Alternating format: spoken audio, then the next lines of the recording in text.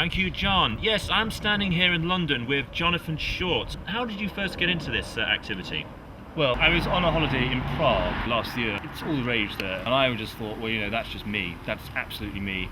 I've called it the Promenade de Chaises.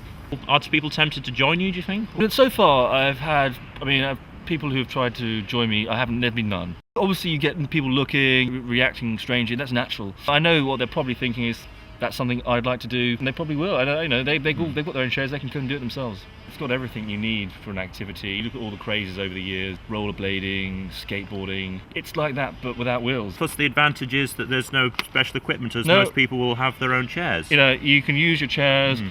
If you want, like you're like me, you can buy chairs specifically for chair walking. I don't really often sit on. I don't tend to sit on these. They're not for sitting. They're not for sitting. They're for walking. Right. This is the only set of chairs I've ever had, and they're worn a bit, but they're worn in all the right places, and they work for me. Have you encountered any problems engaged in chair walking around the streets of London? When I started out, I had a few little accidents. The main one was obviously involving some stairs. You have to be careful stairs, and I did fall down some steps. Basically, I was standing at the top.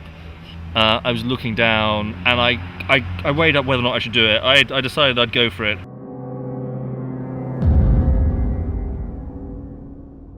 I fell over and fractured my ankle and my arm, and I broke 2 of my ribs as well. Were the chairs damaged at all? The chairs were completely undamaged, but that's because I buy all my chairs from reputable companies. I buy them online, and I know that what I'm getting is a good standard of chair.